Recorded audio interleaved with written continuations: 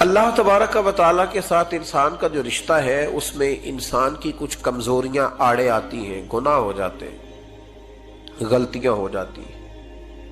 ان غلطیوں کے بعد اپنے رب کریم کے ساتھ اپنے تعلق کو مضبوط کرنے کے لیے اللہ رسول نے جو ہمیں وظیفہ دیا اس کو استغفار کہتے ہیں۔ استغفار ویسے اس کا لغوی معنی تو ڈھانپنا ہوتا ہے، یہ غفر سے بنا ہے، لیکن اس کے اصطلاحی معنی یہ ہے کہ جو گناہ انسان سے ماضی میں ہو جائیں ان سے معافی چاہنے کا نام استغفار ہے۔ کچھ لوگ توبہ اور استغفار کا لفظ اکٹھا بولتے ہیں، لیکن توبہ کا معنی ہوتا ہے آئندہ گناہ نہ کرنے کا وعدہ کرنا، اور استغفار کا معنی ہوتا ہے پچھلے گناہوں سے اللہ کے حضور معافی مانگنا۔ اگرچہ مفہوم کے لحاظ سے یہ ہم معنی ہی بنتے ہیں، لیکن ان کا جو اصطلاحی مفہوم ہے وہ یہ ہے کہ جب آپ پچھلے گناہوں سے معافی مانگ رہے ہوتے ہیں تو اس کو استغفار کہتے ہیں۔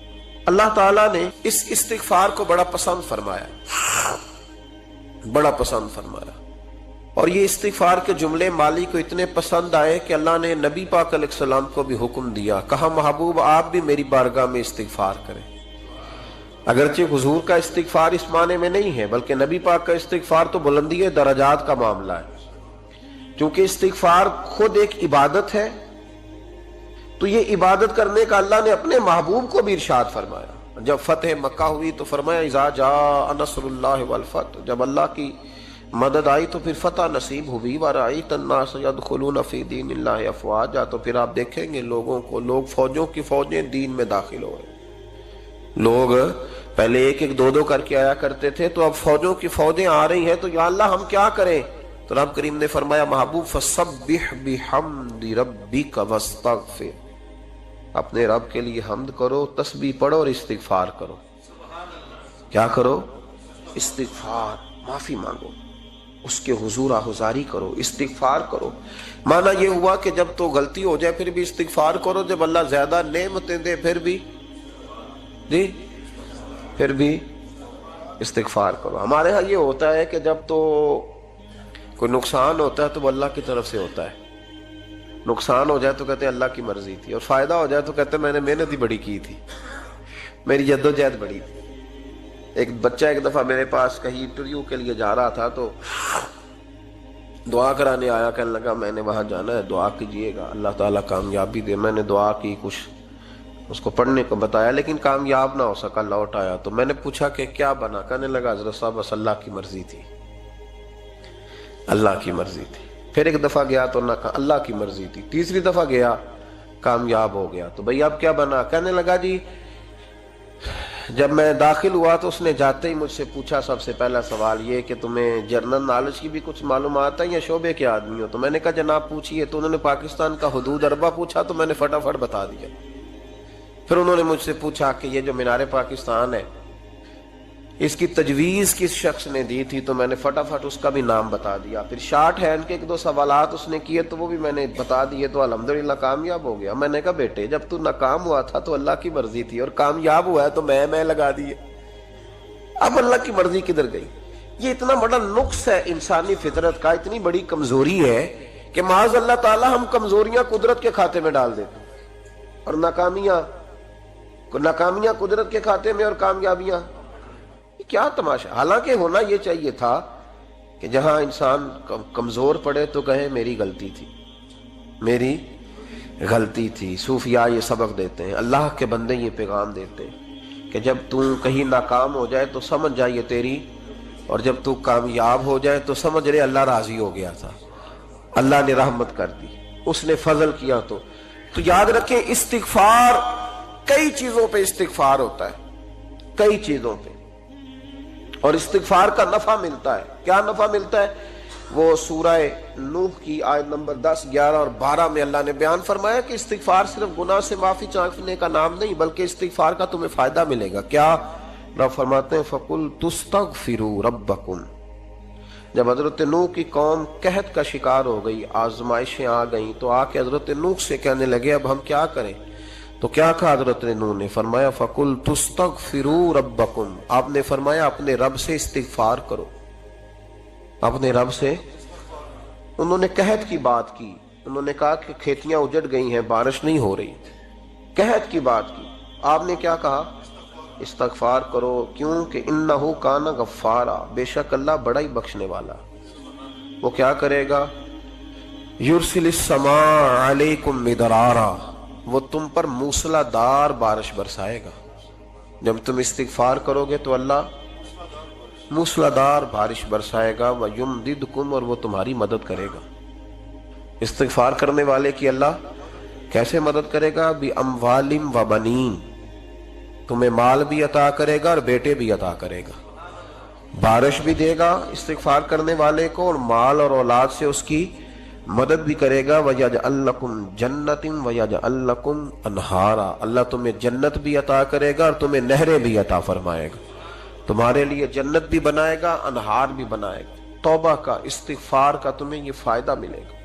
ایک استغفار، ہمارے بزرگوں نے وہ لکھا ہے کہ جب انسان کو اللہ نعمتیں دیتا ہے تو پھر رب کا حکم ہے کہ اس پر شکر بھی کرے.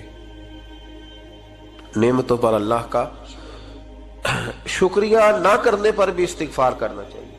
اے اللہ تو نے بڑا کچھ دیا تھا پر میں شکر ادا اس پر بھی. ہمارا تو اب یہ حال ہے کہ جو ہمارے پاس چیزیں ہیں وہ ہم کہتے ہیں یہ تو میرا حق تھا، لیکن جو نہیں وہ مجھے فٹافٹ ملنی چاہیے. مطلب اگر میرے پاس صحت ہے تو اس کو میں اپنا حق سمجھ لیتا ہوں کہ یہ تو میرا، یہ چونکہ ٹھیک ہے جی، یہ تو صحیح ہے، تندرستی ہے یہ تو ٹھیک ہے، لیکن کار کوئی نہیں، وہ ذرا مل جانی چاہیے. اولاد تو میرے پاس ہے، وہ تو میرا حق تھا، میرا رائٹ تھا، معاذ اللہ وہ تو ہم نے حق بنا لیا. اور میرے پاس بنگلہ کوئی نہیں، وہ مجھے فٹافٹ مل جانا چاہیے. بھئی یہ کس طرح تیرا حق تھا؟ کس حساب سے؟ یعنی جو چیزیں ہیں ان کو سنبھالنے کی فکر نہیں ہے، اور جو نہیں ہے ان کے طلب کی فکر لگی ہوئی ہے. شکر نعمت کو محفوظ کر دیتا ہے، شکر نعمت کو محفوظ کر دیتا ہے، اور ناشکری نعمت کو لَئِن شَكَرْتُمْ لَأَزِيدَنَّكُمْ وَلَئِن كَفَرْتُمْ إِنَّ عَذَابِي لَشَدِيدٌ. اللہ فرماتے شکر کر، میں تیری نعمتوں میں اضافہ کر دوں گا، اور ناشکری کرے گا تو عذاب دوں گا. شکر نہیں نہ ہوتا، شکر نہیں ہوتا. دیکھیں نا، 100 روپے ابا جی نے دیا ایک بچے کو اور اس کو کہا کہ جا دکان سے کچھ چیز لے آ، تو وہ 100 روپیہ اس نے رستے میں جاتے کہیں پھاڑ دیا یا گوا دیا، تو اب وہ والد سے دوبارہ 100 مانگتا ہے. تو والد کہتا ہے کہ پہلے 100 کا تو نے کیا کیا؟ نہیں سمجھ آئی آپ کو میری بات؟ پہلے 100 کا کیا کیا؟ تو وہ کہے گا جی باپ میرا دل کرتا تھا میں نے پھاڑ دیا. جوان بچہ ہے، سمجھدار ہے، 12-14 سال کا ہے. میرا دل کیا تھا میں نے پھاڑ دیا، ختم ہو گئی بات. تو ابا نیا 100 دے دے گا. سبحان اللہ. کتنے خوش ہو کے آپ کہہ رہے ہیں نہیں دے دینا سو. یہ کیسے ہو سکتا ہے بھائی؟ کروڑ پتی والد بھی ہو تو 100 کا نوٹ دوبارہ دیتا کیوں؟ بیٹا نہیں اس کا؟ پیار نہیں؟ کیوں نہیں دے رہا؟ وہ کہتا تو نے میرے پہلے 100 کی قدر نہیں ڈالی، نیا تجھے کیسے مل جائے؟ انہیں خیال ہی نہیں کیا، تو نے جدوجہد ہی نہیں کی. تو نے حضرت مولا رومی نے مثال دی ہے. جناب رومی فرماتے ہیں کہ بغیر محنت کے لوگوں کو اللہ نے نعمتیں دی ہیں تو انہوں نے شکر ہی نہیں ادا کیا. اندھے سے پوچھ آنکھ کی قدر کیا ہے، پوچھ اندھے سے، پوچھ معذور سے کہ ٹانگوں پہ چلنا کتنی بڑی نعمت ہے. کبھی پوچھ اس سے جس کا مکان تو ایک کنال میں ہے پر رونے والا بچہ کوئی بھی نہیں. پوچھ اس سے جس کی جیبیں دولتوں سے بھری ہوئی ہیں پر کوئی نہیں کہتا کہ ابا 10 روپے دینا. پوچھ یہ کتنی بڑی تکلیف ہے. حضرت رومی نے لکھا ہے، وہ فرماتے ہیں کہ ایک والد تھا تو اس نے بڑی دولت کمائی تھی، تو اس کا بیٹا بے دریغ ہی اڑاتا رہتا تھا.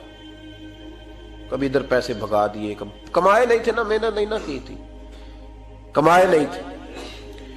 والد بڑا سمجھاتا تھا پر سمجھ نہیں آتی تھی. ایک دن اس کے ابا کے ذہن میں ایک بات آئی. وہ کہنے لگا بیٹے یار میں کنگال ہو گیا ہوں، اچانک حالات خراب ہو گئے، ایک آنا مجھے چاہیے، دوائی خریدنی ہے، کہیں سے لے کے آؤ. اس نے کہا ابا مسئلہ ہی کوئی نہیں، یار ہی بڑے ہیں، بہت سارے لوگوں کے ساتھ رات میں جاتا ہوں روٹی کھانے ہوٹل میں، کئی ہیں جو میرا انتظار کر رہے ہوتے ہیں، فیس بک والے اور جناب وہ سیلفی والے بڑے سارے ہیں جو کہتے ہیں تیرے بغیر گزارا ہی نہیں. بڑے ہیں جو روز سویرے اٹھ کے پہلے مجھے السلام علیکم کا میسج کرتے ہیں، پھر اس کے بعد کسی اور سے. بڑے ہیں، کوئی مسئلہ ہی نہیں. ایک کے پاس گیا، ایک آنا چاہیے، اس نے دے دیا، لا کے ابا کو دیا. تو ابا گھر کے اندر جو امیر لوگ ہوتے تھے گھر میں کنواں کھدوا لیتے تھے. ابا کنویں کے کنارے بیٹھا تھا، جب بیٹے نے آنا لا کے رکھا تو اس نے پانی میں پھینک دیا.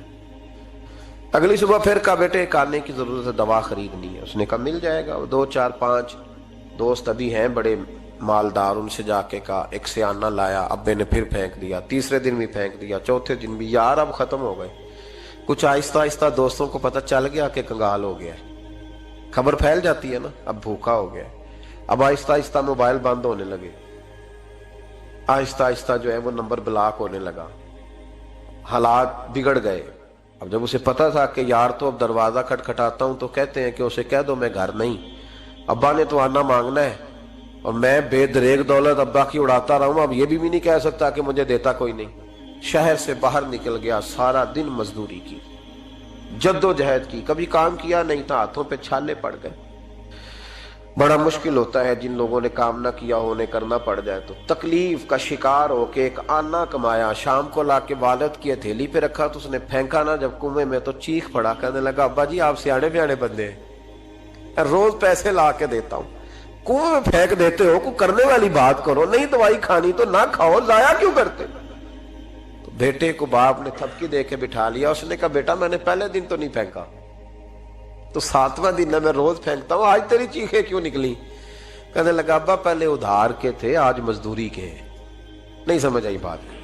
پہلے بولیے، اور آج میری محنت ہے، مزدوری ہے، جد و جہد ہے۔ تو والد کہنے لگا بیٹے یہی میں تجھے سمجھانا چاہتا تھا، وہ میرے بھی محنت کے ہیں جو تجھ روز یاروں کو کھلا آتا ہے، اور میں نے بڑی جد و جہد سے جمع کی ہے، میں کنگال نہیں ہوا، صرف تجھے سمجھانا تھا۔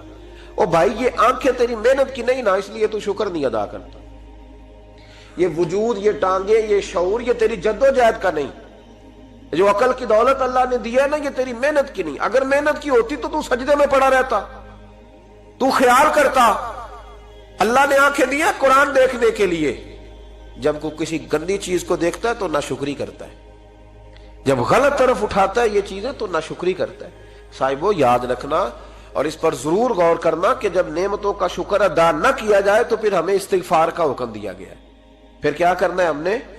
استغفار کہ یا اللہ ہم تیری نعمتوں کا شکر ادا نہیں کر سکے تو ہمیں معاف فرما دے، تو ہم سے درگزر فرما، معاف فرما۔ ایک استغفار اس بات کا ہے کہ دیکھیں نا، یہ رسول پاک علیہ السلام کا فرمان، یہ حدیث امام رازی نے لکھی ہے، اور نبی پاک کی فرمان کے لحاظ سے جو چیز ہمارے سامنے آئے نا اس پر ہماری آنکھیں بھی کھل جانی چاہیے، دل بھی کھل جانا چاہیے، کہ کوئی خاص ہی بات تھی جو حضور نے بیان فرمائی صلی اللہ علیہ وسلم۔ سرکار دو عالم علیہ السلام نے فرمایا ایک آدمی نے 500 سال بغیر ریاکاری کے اللہ کی عبادت کی۔ کتنے سال؟ 5 سال نہیں ہوتی بغیر ریاکاری کی۔ تہجد پڑھنے والا جب تک 6 لوگوں کو بتا نہ دے تہجد پڑھی ہے، اتنی دیر تو تہجد آگے بڑھتی نہیں، کم از کم 6 بندوں کو پتا ہونا چاہیے۔ اور میرے جیسے حاجی نمازیوں کا تو دل کرتا ہے کہ وظیفے پہ بندہ رکھا جائے جو تعریفیں کرے صبح و شام، قاضی صاحب کی کیا بات ہے، حضرت صاحب کی وظیفہ دیں گے اس کو مہینے کا، وہ تعریف کرے کھول کے کہ آپ کی بڑی بات۔ یہ مرض ہے، تعریف سننا نا یہ بیماری ہے، اس نے جھوٹ کو جنم دیا ہے، بہت بڑا مرض ہے۔ حضرت سعدی نے اس پر بہت بڑے مقالہ جات لکھے ہیں اور فرماتے ہیں یہ مرض کچھ لوگوں میں بہت زیادہ ہوتا ہے۔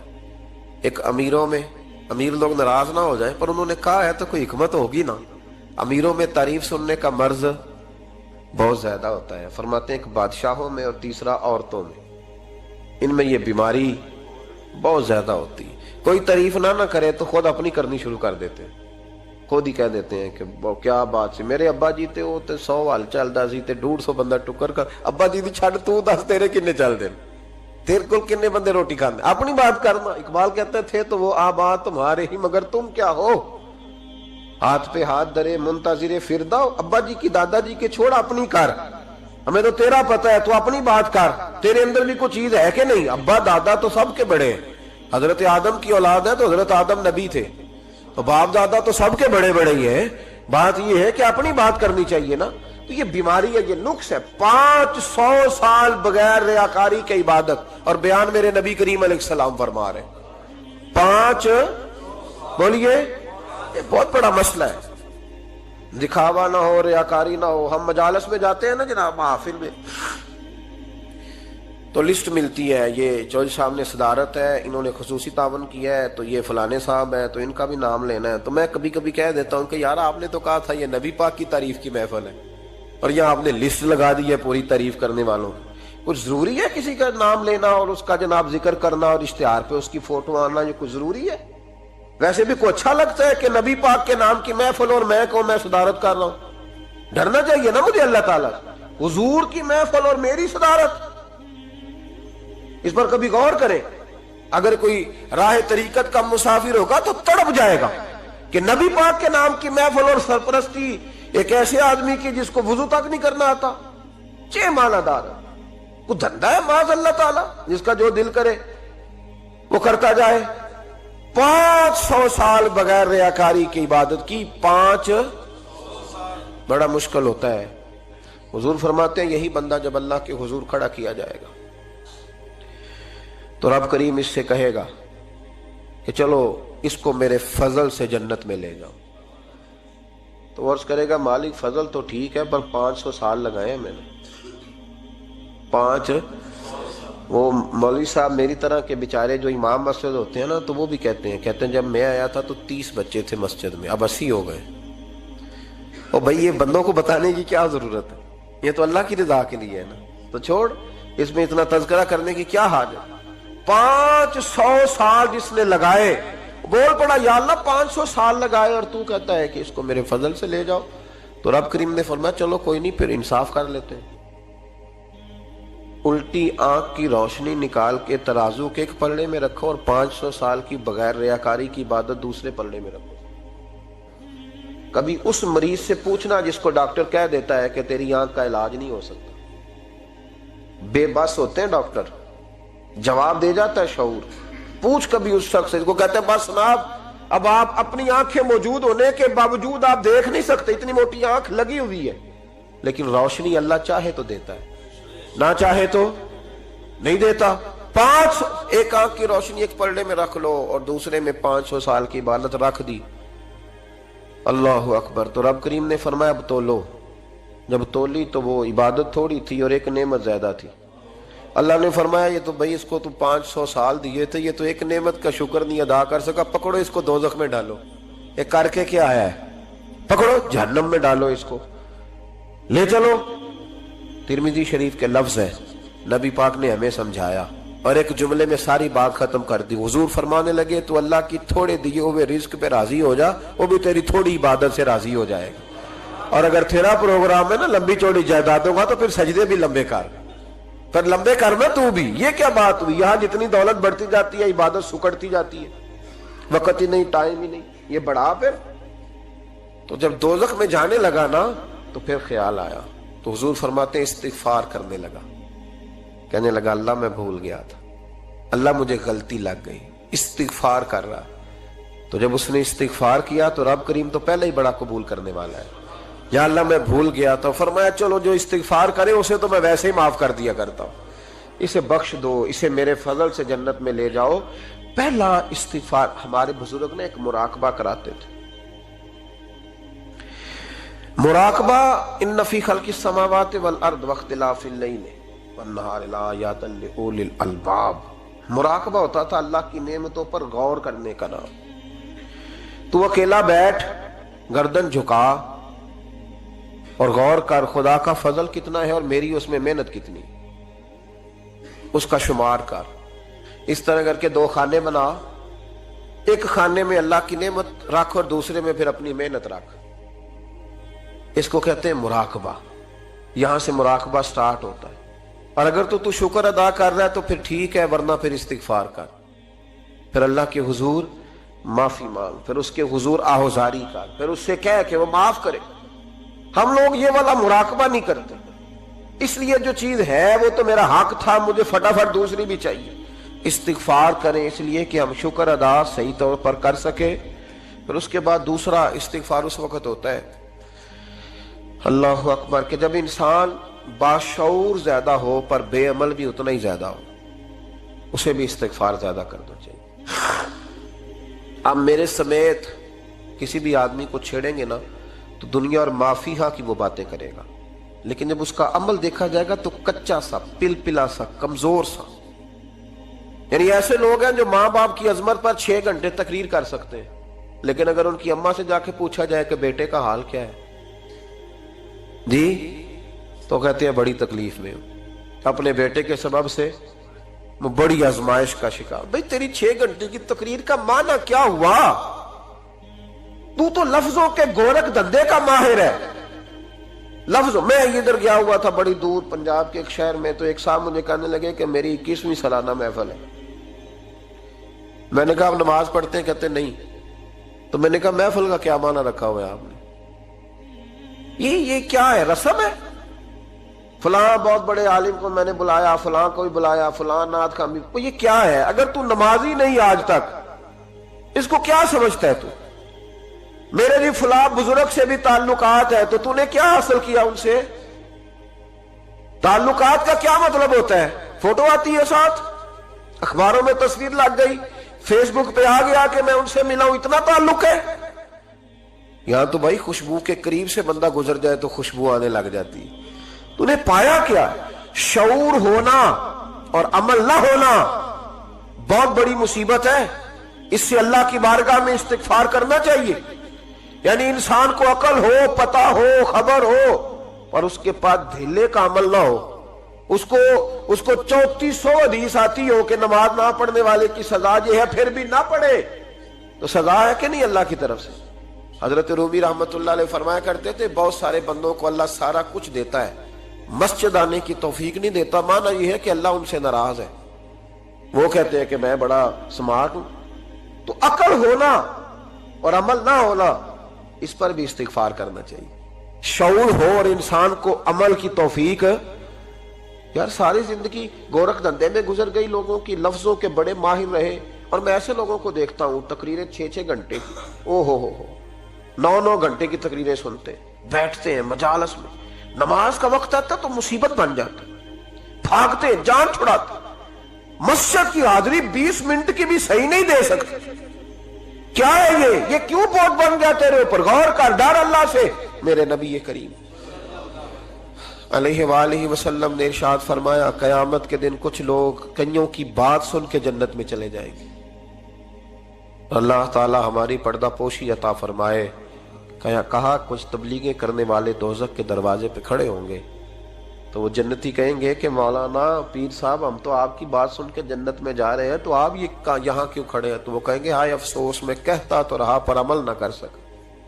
میں عمل، اس سے مراد صرف ممبر پہ بیٹھنے والا مولوی نہیں، اس سے ہر وہ شخص مراد ہے جو نصیحتیں تو بڑی کرتا ہے لیکن خود عمل وہ بہت بڑا الفاظ کا ذخیرہ رکھتا ہے، پر عمل کے لیے 2 سجدے بھی صحیح طریقے سے دے سکتا، پھر وہ استغفار کرے، پھر وہ اللہ کی بارگاہ میں معافی مانگے، پھر وہ توبہ کرے۔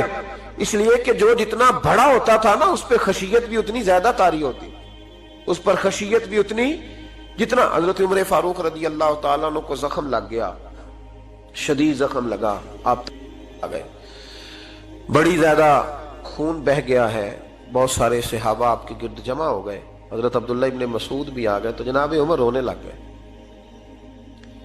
اب تو رونا آتا ہی نہیں لوگوں کو۔ حضرت محی الدین ابن عربی کہا کرتے تھے جس کو پورا ہفتہ ہو گیا نا وہ طریقت کا مسافر بھی، جاگ رہے ہیں آپ حضرات؟ کہتے تھے جس کو پورا ہفتہ ہو گیا نا طریقت کا مسافر بھی ہے پر اللہ رسول کی یاد میں رویا نہیں۔ فرماتے تھے مجھے تو اس کے ایمان پر شک ہونے لگ گیا کہ 8 دن ہو گئے اسے خیال ہی نہیں آیا۔ حضرت عمر میدان میں جس شخص کے کبھی پاؤں نہیں لڑکھڑائے، اللہ رسول کی بات آتی تھی تو دریا بہتے تھے آنسو، یہاں حال ہی کوئی نہیں، خشک خوش جملے اور جناب موٹے موٹے تراشے ہوئے فکرے اور لفظوں کی ہیرا پھیری، اس کے علاوہ کوئی چیز نظر ہی نہیں آتی۔ حضرت عمر رونے لگے، آخری وقت ہے، تڑپ رہے ہیں، آنسو بہ رہے۔ حضرت عبداللہ ابن مسعود آ گئے، انہوں نے کہا عمر تیری ہجرت بھی بڑی باکمال تھی، تیرا اسلام قبول کرنا بھی بڑا ہی باکمال تھا، حضور بھی تجھ سے ہمیشہ راضی رہے، عمر تو روتا کیوں ہے یار؟ بات تو یہ ہے کہ جب تو نے خلافت سنبھالی تو پھر تیرے طریقے بھی باکمال ہی تھے، اور جب تو میدان میں اترتا تھا پھر بھی تیرے معاملات باکمال تھے، اور جب تو مال غنیمت بانٹتا تھا پھر بھی تو باکمال۔ یار ہر موقع پہ تو باکمال تھا تو جاتے دفعہ روتا کیوں ہے؟ ان کا استغفار دیکھو، ان کی توبہ دیکھو۔ حضرت عمر پھر رو پڑے، کہنے لگے عبداللہ لوگوں کو میری نیکیوں کا پتہ ہے، گناہوں کا تو نہیں نا پتہ، وہ تو میں جانتا ہوں یا میرا مالک جانتا ہے نا، نیکیاں تو سب کے سامنے، پر من آنم کے من دانم، جو اندر چھپے ہوئے گناہوں کے ڈھیر ہے وہ تو میں جانتا ہوں۔ کہا تو نے میرے کلمہ پڑھنے سے لے کر میری حکومت تک میری ساری نیکیاں گنوائی ہیں، اب دعا کر میرے لیے کہ رب میری نیکیاں اور بدیاں برابر برابر کر دے، مجھے درجہ نہیں چاہیے، بس اللہ مجھے معاف کر دے۔ درجوں کی ضرورت نہیں ہے۔ یہاں تو لوگ درجات لے کے بیٹھے۔ حافظ کہتا ہے کہ میں جتنے آیتیں ہوں گی اتنے میرے درجے بلند ہوں گے، پہلے درجوں والا کام تو کوئی کرنا۔ مولانا کہتے ہیں کہ نور کے ممبر پہ بیٹھوں گا، بھائی پہلے بتا نور کے ممبر کی طرف تیرا سفر بھی جاری ہے کہ نہیں؟ تاجر کہتا ہے کہ میں سخاوت کروں گا تو حضرت عثمان کے ساتھ جگہ ملے گی، پر حضرت عثمان کی سخاوت اور اپنی سخاوت کا فرق بھی دیکھ۔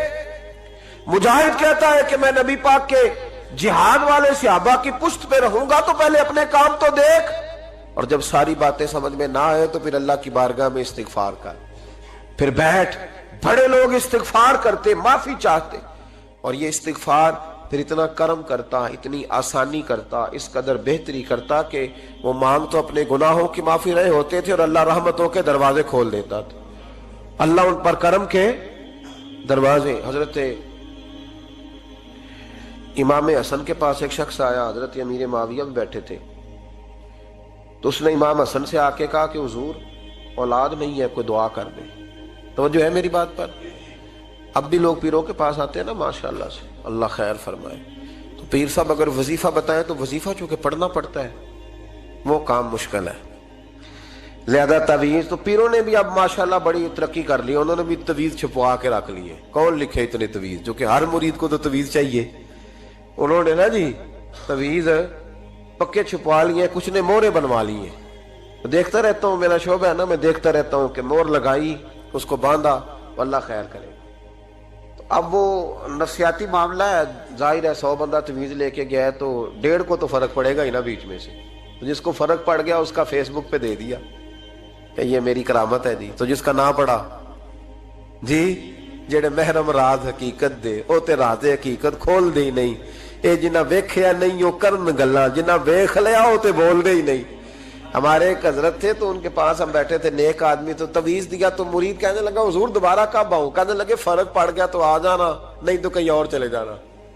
اس لیے کہ شیخ عبدالعزیز دباغ رحمت اللہ علیہ کے ایک مرید نے کہیں تنقید کر دی تھوڑی سی، یہ لفظ بس نا بہت بڑے ہیں، ان کی میں تشریح نہیں کروں گا، جتنے جملے اتنی بات کر کے بیت جاؤں گا، ان کی تشریح نہیں ہو سکتی، یہ ان کی توضیح نہیں ہو سکتی، کچھ تفصیل نہیں ان کی ہو سکتی، یہ جملے بڑے، میں کوئی تشریح نہیں کروں گا۔ اس نے کہا کہ حضور فلاں فلاں فلاں فلاں جگہ مجھے پریشانی ہے آپ کے حوالے سے، تو آپ فرمانے لگے میں نے کون سا باندھا ہوا ہے، نہیں سمجھ میں بات آتی تو کہیں اور چلا جا، باندھ کے رکھا نہیں، دروازے کھلے ہوئے کہیں اور چلا جا، ختم ہو گئی بات۔ تنقید کرنے کی ضرورت چھٹی، اس لیے کہ وہ لوگ بت نہیں بناتے تھے کہ بس ادھر ہی پوجا کرنی ہے کہ کہیں اور نہیں جانا، یہ چھوڑے ہے نا ہمارے چکر چلا ہوا، میرے علاوہ کہیں اور نہ جانا۔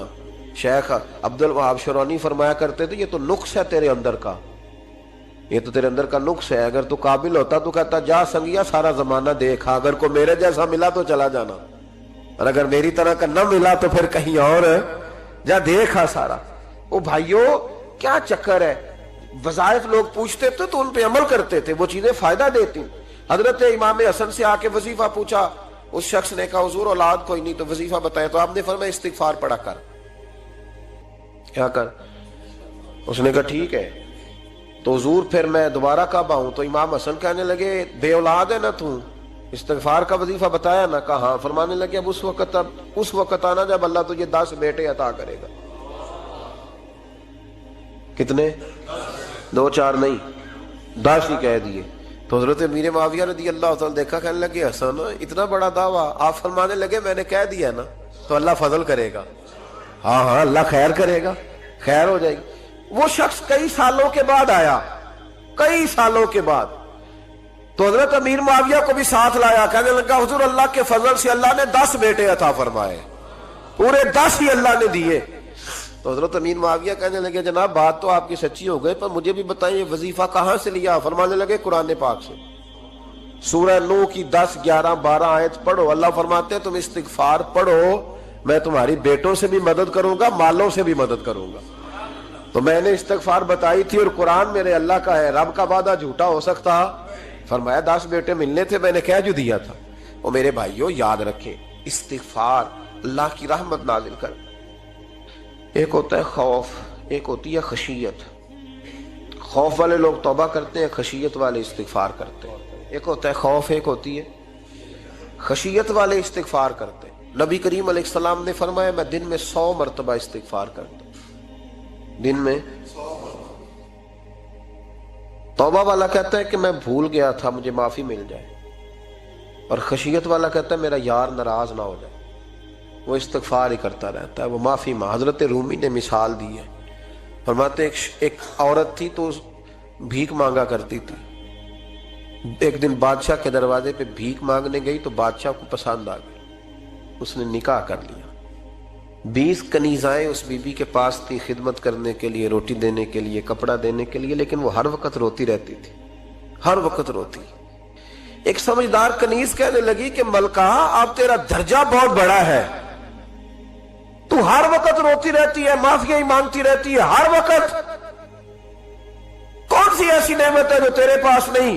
تو وہ کہنے لگی اس لیے تو روتی ہوں۔ کیا مانا؟ کہنے لگی اس لیے روتی ہوں کہ میں اس قابل نہیں تھی جو مجھے مل گیا، کہیں میرے سر کا سائیں ناراض نہ ہو جائے، وہ کہیں بگڑ نہ جائے، مجھے پتا ہے کہ میں کیا تھی اور مجھے کہاں تک پہنچا دیا، میں روتی اس لیے ہوں کہ کبھی کہیں وہ ناراض۔ حضرت عمر اس لیے روتے تھے کہ کہیں مصطفیٰ ناراض نہ ہو جائے، حضرت ابو بکر اس لیے تڑپتے تھے کہ کہیں اللہ کا فضل روٹھ نہ جائے۔ یہ جو مولا علی اپنے کمرے میں بیٹھ کے زور زور سے استغفار پڑھتے تو اس لیے نہیں کہ بڑے پاپ تھے جن کی معاذ اللہ معافی مانگتے تھے، اس لیے کہ رب رسول کہیں ناراض نہ ہو۔ خشیت تھی کہ جہاں ہم پہنچے ہوئے کہیں وہاں سے واپس۔ استغفار بندے کی اللہ سے صلح کرا دیتا ہے، بندے کی رب سے صلح ہو جاتی ہے جب استغفار۔ دیکھیں نا، بڑی سادی سی بات ہے کہ 2 بھائی ناراض ہوں تو بڑا کہتا ہے اس نے میری بے ادبی بڑی کی، تو چھوٹا اگر پاس آ جائے اور پیر پکڑ لے کہ چل یار معاف کر دے، تیرا بھائی نہیں۔ پتہ کیا ہوتا ہے؟ صرف معافی نہیں ملتی، ہاں صرف معافی نہیں، چھوٹے نے بے ادبی کر دی، بڑے کو تکلیف ہوئی، بات جب آگے بڑھی نا تو بڑے نے شکوہ کیا، جب لوگوں نے چھوٹے کو سمجھایا تو چھوٹا جب معافی مانگتا، ادھر دیکھو میری طرف، جب چھوٹا معافی مانگتا ہے نا اٹھ کے جاتا ہے اور بڑے کے پیر پکڑتا ہے تو نرا معاف نہیں کرتا، بڑا رو بھی پڑتا ہے، بڑا رو بھی پڑتا ہے، اور وہ کہتا ہے کہ وہ میں اور تم اماں کے پاس اکٹھے بیٹھتے، ایک باپ کی موٹر سائیکل پہ اکٹھے بیٹھتے، تو تیرا اور میرا رشتہ یار تو نے یہ کیوں؟ وہ جو آنسو نکلتے ہیں نا، وہ درد ہوتا ہے، وہ کیف ہوتا ہے، وہ سوز ہوتا ہے، وہ لذت ہوتی ہے، وہ پیار ہوتا ہے۔ رب کہتا ہے تو معافی مانگ، انہو کان غفارا، تو معافی مانگ، میں تجھے معاف بھی کروں گا، تیرے اوپر رحمت بھی فرماؤں گا، تیرے اوپر کرم نوازی بھی کروں گا، تجھے نواز دوں گا، تجھے عطا کروں گا۔ حضرت موسیٰ کلیم اللہ علیہ السلام کا زمانہ مبارکہ تھا، قحط پڑ گیا، بارش نہیں ہوتی۔ ہم لوگ نا اب تو خیر ہمارے پاکستان میں تو ٹیبل ٹاک ہوتی ہے، ٹاک شو ہوتے ہیں، ہمارے ہاں تو پتہ کیا جاتا ہے کہ بارش ہو کیوں نہیں رہی، اور اس پہ یہ ہوتا ہے کہ دھواں بڑا چڑھ گیا ہے، حالات بڑے خراب ہیں، فلاں ایسے ہو گیا، قحط کا۔ ہم تو اسباب تلاش کرتے رہتے ہیں نا جی، فوق بہت زیادہ ہے، فلاں چیز ایسے ہے، فلاں چیز ایسے، ہم تو یہ تلاش کرتے رہتے ہیں۔ وہ لوگ یوں نہیں کرتے تھے، وہ سیدھے جا کے مصلوں پہ بیٹھتے تھے، اس لیے کہ وہ کہتے تھے جب رب چاہتا ہے تو پھر کوئی چیز کسی چیز کو روک سکتی، وہ سیدھے مصلے پہ بیٹھتے۔ اعلیٰ حضرت فاضل بریلوی رحمۃ اللہ علیہ کے پاس ایک مولانا محمد حسین آئے، وہ فلکیات کے بڑے ماہر تھے، تو اعلیٰ حضرت نے فرمایا ذرا ستاروں کا حساب لگا کے دکھاؤ بارش کب ہوگی؟ کہنے لگا پورا مہینہ تو نہیں ہوگی۔ تو اعلیٰ حضرت رحمۃ اللہ علیہ فرمانے لگے کہو کہ میرا علم کہتا ہے مہینہ نہیں ہوگی، اللہ چاہے تو ابھی ہو سکتی ہے۔ کہنے لگا جی وہ تو ٹھیک ہے پر میرا علم، وہ جیسے روز لوگوں نے پیر نیٹ ٹو شہنشاہ صاحب نہیں کھولے ہوتے کہ بارش کب آئے گی، اور اس کی طرف نہ دیکھ، مصلے پہ بیٹھ، مہربانی کر مصلے پہ بیٹھ، اللہ کی بارگاہ میں حاضر ہو، اسے معافی مانگ، اسے منا تاکہ وہ رحمت کی بارش۔ کہنے لگا جی میرا علم کہتا ہے۔ تو اعلیٰ حضرت فرمانے لگے پھر وہی بات، تو کہ اللہ چاہے تو بارش ابھی، لیکن یہ جو اڑ گئے ہیں نا بیچارے، یہ اڑی گئے ہیں، یہ جہاں الجھ گئے ہیں وہاں یہ لوگ الجھ گئے، اللہ ہمیں الجھنے سے محفوظ فرمائے۔ اعلیٰ حضرت اٹھے تو فرمایا ٹائم کیا ہوا ہے گھڑی پہ؟ کہنے لگا جی 12۔ تو اعلیٰ حضرت نے گھڑی گھمائی، اب کیا بج گیا؟ کہنے لگا 4 بج گئے۔ فرمانے لگے بج گئے نا 4؟ کہنے لگا جی آپ نے گھڑی گھما جو دی ہے۔ فرمانے لگے اللہ بھی جب چاہے تو ستارے گھما دیتا ہے، اللہ بھی ستارے گھما دیتا ہے بارہ۔ کہنے لگا جی وہ تو ٹھیک ہے پر مہینہ نہیں ہو سکتی۔ اڑا ہوا بندہ، اس کا کوئی علاج ہے جو اڑ جو جائے؟ اس کے لیے قرآن کہتا ہے وَإِذَا خَاطَبَهُمُ الْجَاهِلُونَ قَالُوا سَلَامًا، اسے سلوٹ کرو دور سے، اسے کو تو جان اور تیرا۔ کہنے لگا جی ہو نہیں سکتی پورا مہینہ۔ فرمانے لگے یار تو جا اپنا کام کر۔ وہ شخص کہتا ہے میں نے دروازہ کھولا اعلیٰ حضرت کا، کمرے سے باہر نکلا تو تیز بارش ہو رہی۔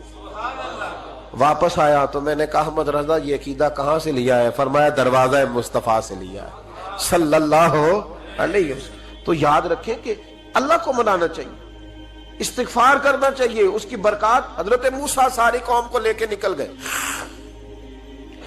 آؤ بھائی میدان میں اللہ کی بارگاہ میں استغفار کریں اور بارش کا سوال کریں،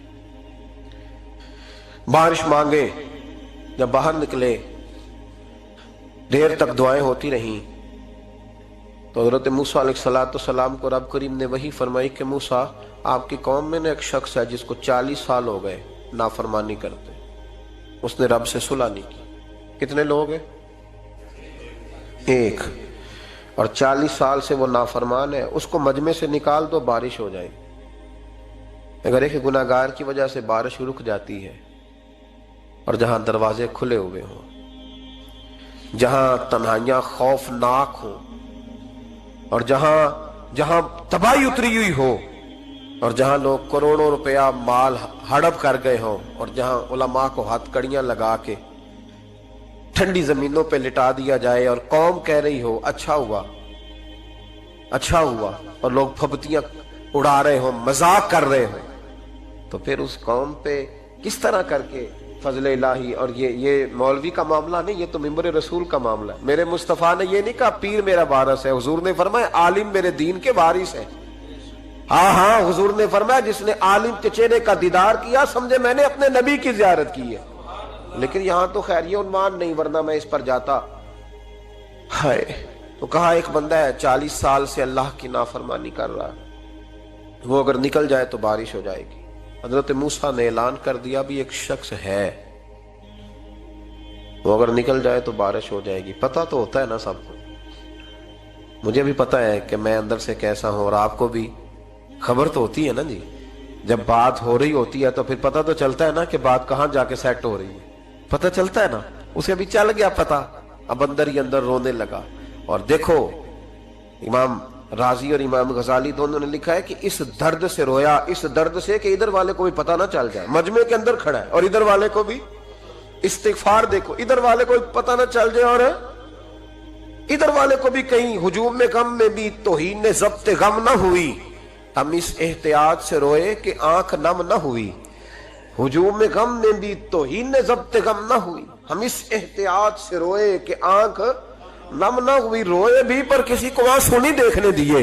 اب اس درد سے کہتا ہے اللہ تو تو معاف کرنے والا ہے نا، تو تو معاف کرتا ہے، پردہ پوشی کرتا ہے، اور مالک اگر لوگوں کو پتہ چل گیا تو میرے تو بچوں کا بھی جینا حرام کر دے گا، یا اللہ میری تو آنے والی نسل بھی تڑپ کے وقت گزارے گی۔ مالک تو معاف کر دیا کرتا ہے، لوگ نہیں معاف کرتے، اے اللہ یہ میری خوبیاں بھول جائیں گے، میری خامیوں پر بات، مالک میں یہ ذلت نہیں برداشت کر سکتا، فضل فرما۔ حضرت موسیٰ نے دوبارہ اعلان کیا نکلتے ہو کہ نہیں نکلتے؟ پھر تڑپا خدا بندہ مجھے بے آبرو نہ کر، یہ ذلت اور رسوائیاں یہ نہیں برداشت ہوتی، اللہ درگزر۔ حضرت موسیٰ نے تیسرا اعلان کیا نکلتا ہے یا میں پھر اس کا نام لوں، اللہ سے پوچھ کے نام لوں اس کا، بتاؤ کون ہے؟ اب تو تڑپ گیا، کہنے لگا مالک میں تیری بارگاہ میں استغفار کرتا ہوں، آئندہ نہیں کرتا، آئندہ نہیں کرتا۔ یہ لفظ ادا کیے، بندہ کوئی بھی نہیں نکلا، رب کریم نے بارش عطا کر دی، تیز بارش جب برسی نا، تیز بارش، لوگ تو نہیں دیکھ کے دوڑ گئے۔ تو حضرت موسیٰ کہنے لگا یا اللہ مجھے بھی تو بتا، تو نے کہا تھا کہ جب تک بندہ نہیں نکلتا بارش نہیں ہوگی، تو نکلا کوئی بھی نہیں، بارش ہو گئی، ماجرا کیا ہے؟ تو رب کریم نے فرمایا موسیٰ بس اس نے مجھ سے صلح کر لی، اس نے مجھ سے صلح کر لی۔ اور امام غزالی نے لفظ لکھے حضرت موسیٰ نے پوچھا، حالانکہ اللہ اپنے نبیوں کو غیب کے خزانے دیتا ہے، پوچھا کہ اے اللہ مجھے اس کا نام بتا دے، تو رب کریم نے فرمایا موسیٰ جب گناہگار تھا تب نہیں کسی کو بتایا، جب پاپی تھا تب نہیں بتایا، جب مجرم تھا تب نہیں بتایا، اب کیسے بتا دوں؟ فرمایا اس کی میری صلح ہو گئی ہے، اور فرمایا جو بارش نہیں نہ ہو رہی تھی وہ بھی اس کی وجہ سے نہیں ہو رہی تھی، اب جو ہوئی ہے نا تو یہ بھی اسی کی وجہ سے ہوئی ہے، یہ بارش اب جو ہوئی ہے تو یہ بھی یہ اس گناہگار کے سبب سے۔ اپنی راتیں اللہ کے ساتھ گزاریں، مصلی پہ بیٹھے۔ میرے صاحب رحمۃ اللہ علیہ سے جب کوئی کہتا نا کہ بڑا پریشان ہوں تو کچھ بتائیں، تو فرماتے آج رات مصلی پہ بیٹھ کے اپنے رب سے بات کرنا، میں بھی بات کروں۔ بندوں کو دکھ بتانے سے عزت میں کمی آتی، اور اگر اللہ کو بندہ اپنے دکھ بتائے تو اللہ عزتیں بڑھا دیتا ہے۔ ترمذی شریف کی حدیث ہے، نبی پاک علیہ السلام نے فرمایا اگر تو دنیا داروں کو دکھ بتائے گا تو اللہ تجھے غنی نہیں کرے گا، اور اگر تو اپنے رب کو بتائے گا تو اللہ بڑی جلدی تجھے دنیا سے بے نیاز کر دے گا، تجھے لوگوں کی ضرورت نہیں رہے گی۔ استغفار کریں، کثرت سے کریں، ذوق سے کریں، مصلی آباد رکھیں، ہر شے دیکھو نا، جس طرح کھانے کی میز آباد رہتی ہے، بستر آباد رہتا ہے، ہمارے دیگر معاملات، اگر مصلی نہ آباد رہے تو روح بے چین رہتی، طبیعت بے قرار رہتی۔ انسان میں نے دیکھا ہے بڑے بڑے سمجھدار لوگ پاگلوں جیسی زندگی گزار رہے ہیں، بولتے جا رہے ہیں، بولتے جا رہے ہیں، بولتے جا رہے ہیں، ایسے کسی کو کوئی خبر کہ 6 فون اٹھائے ہوئے ہیں، ایسے جیسے ڈسٹرب ہو گئے مینٹلی طور پر۔ وجہ کیا ہے کہ ان سے جان نہیں چھڑاتے۔ کبھی سارے موبائل بند کر کے نا، سارے بچے ہر چیز سائیڈ پہ کر کے مصلی پہ بھی آنا چاہیے، اور مالک تو بڑا ہی قریب ہے، اللہ تو بڑے کنز المال کی حدیث سنا کے بعد سمیٹتا ہوں۔ نبی پاک صلی اللہ تعالی وسلم فرماتے ایک شخص تھا بنی اسرائیل میں، بڑا مالدار تھا، تو پھر اس پہ غربت آ گئی۔ جب غربت آئی تو رو پڑا، کہنے لگا اے اللہ میں غریب ہو گیا ہوں، میری مدد فرما، میں نے بڑی نافرمانی کی ہے تیری۔ مالدار جب تھا تو بڑی موج کا، یا اللہ میں نے بڑی اب نہیں کروں گا، مجھے اس غربت سے نکال۔ تو اللہ نے فرشتوں سے کہا کہ دے دو جو مانگتا ہے۔ تو فرشتے کہنے لگے یا اللہ یہ توبہ کر کے نہیں آیا، ڈر کے نہیں آیا، یہ تو الجھ گیا تب آیا ہے، یہ تجھ سے ڈر کے ہوتا ہے نا ایسے کہ لوگ اللہ سے نہیں ڈرتے جتنا غربتوں سے معاذ اللہ ڈرتے ہیں، یا اللہ یہ تو وہ الجھ گیا تب آیا۔ تو اللہ نے فرمایا پتہ مجھے بھی ہے، لیکن آ تو گیا ہے نا، چلو دے دو۔ تو کہا یا اللہ اگر دے دیا تو دوبارہ نہیں آئے گا۔ فرمایا اس کا بھی مجھے پتا ہے، تم دے دو۔ اسے دے دیا۔ جب دولت مل گئی نا تو کہنے لگا اوہو وہ تو میں نے اس طریقہ سے ہی استعمال کیا اس لیے کامیاب ہو گیا۔ پھر کچھ وقت گزرا تو پھر الجھ گیا، پھر قرضے چڑھ گئے، پھر سارے علاج کر، کہنے لگا یا اللہ اب نہیں کرتا، اب معاف کر دے۔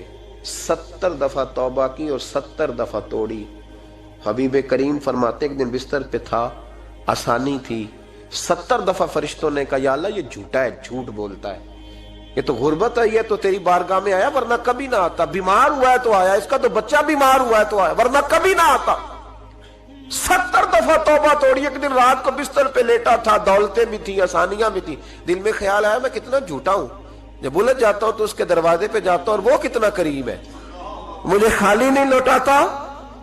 تڑپ اٹھا، آنسو نکل گئے، اٹھ کے مصلی پہ کھڑا ہوا تو رب کریم نے فرشتوں سے فرمایا کھول کے دیکھو دروازے، آج یہ غربت کی وجہ سے نہیں آیا، آج میرا بن کے آیا ہے۔